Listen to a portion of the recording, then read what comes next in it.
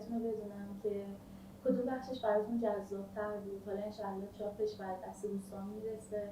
بله دیگه تو جریان هست و اینطور که انتشارات ارجمند به من گفتن دیگه رفته برای صفحه آرایی، انشالله که بتونیم مراحل رو طی بکنه.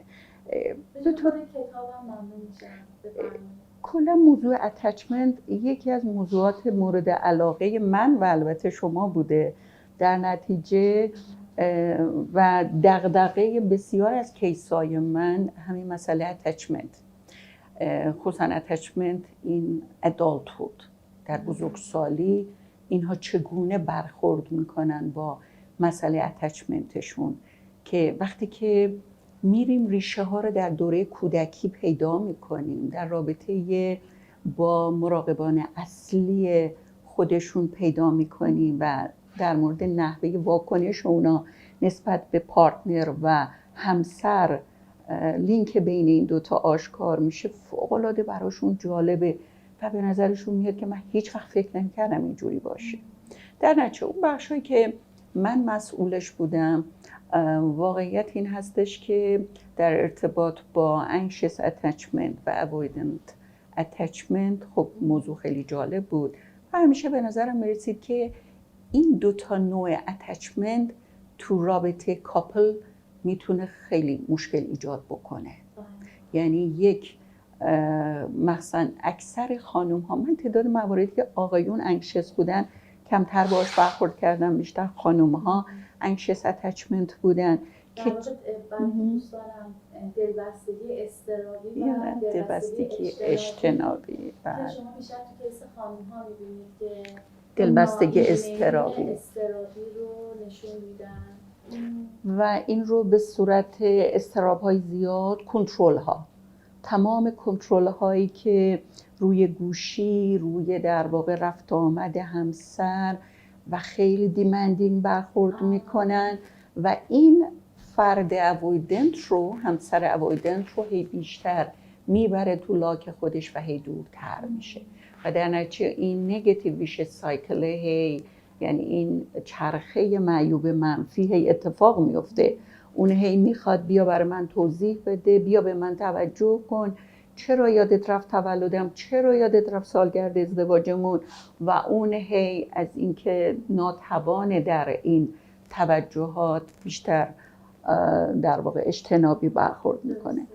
دو تا اصطلاحی که تو بخشی که من کار کردم فوق‌العاده برام جالب بود و در مورد کیسا من خیلی روش کار میکنم، یکی مسئله هلسی نارسیسیسمه، چون ما همیشه نارسیسیسم رو به عنوان ابنورمالیتی در واقع باش برخورد میکنیم، در حالی که اینجا من در مورد کیسا من خصوصا راجع به خانم ها در مورد هلسی نارسیسیسم کار میکنیم که یعنی فرد بتونه یک سلف لاو داشته باشه، یک عشق به خودش، یه دوست داشتن. این در واقع خودشیفتگی نیست، این خودشیفتگی سالمه.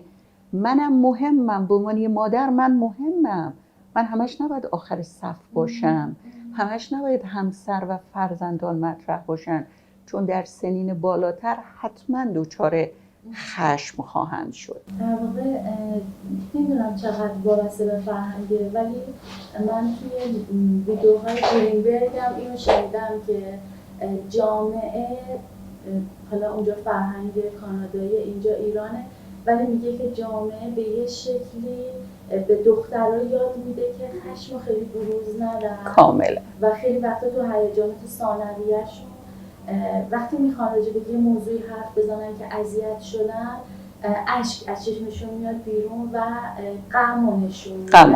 انگار بروز خشم اصلا اجازه داده نمیشه به لحاظ ناخودآگاه. اتفاقا چند سال پیش بود که من یک ورکشاپی در انجمن روانشناسی گذاشتم در مورد رابطه مادران و دختران. یکی از اسطوره هایی که در مورد زنان وجود داره اینه که خشم در زن مورد پسند نیست، این مردا رو میترسونه و در نتیجه بسیاری از آقایون از زنانی که خشم خودشون رو ابراز میکنن فرارین و میترسن، در حالی که زیر این خشم چیه؟ زیر این خشم احساس بیپناهی، درماندگی، تنها گذاشته شدن داره منتها با فریاد خشم و اعتراض داره نشون میده که من تنهام، به من توجه کن. شیوه ابرازش شاید نادرسته ولی به یه شکلی رد میشه، ترد میشه خانمی که کاملا. خشمگینه. حالا اگرچه میباید ابراز خشم رو یاد بگیرن، ولی به قول شما یکی از باورهای نادرست اینه که خب طبیعتا اون کسی که نیازش برآورده نمیشه ممکنه تو چهرهش اون ابراز خشم اصلا فیشل رو صورتش بیاد و ما بگیم که نه این دختر مهربونه کیس مناسب تریه، در صورتی که این چهره پشتش نیازهای برآورده نشده. دقیقاً. و در عین حال یک اینکانگروئنسی، یک ناهماهنگی بین درون و بیرون هست. من الان یک کیسی دارم که اون دختر عنوان میکنه من برعکس اون چی که در درونمه که به نظرم میرسه یه دختر خیلی اسرتیوی باید باشم با جرأت، ولی ظاهر رو خیلی نایس نشون میدم، همه میگن تو چقدر نایسی، تو چقدر خوبی، یعنی هی تقویت شده که دختر خوبه باشه، در حالی که در درونش چیه. کاری که من دارم در مورد این دختر انجام میدم این هستش که یک کانگروسی، یک هماهنگی بین این درون و بیرون ایجاد بشه.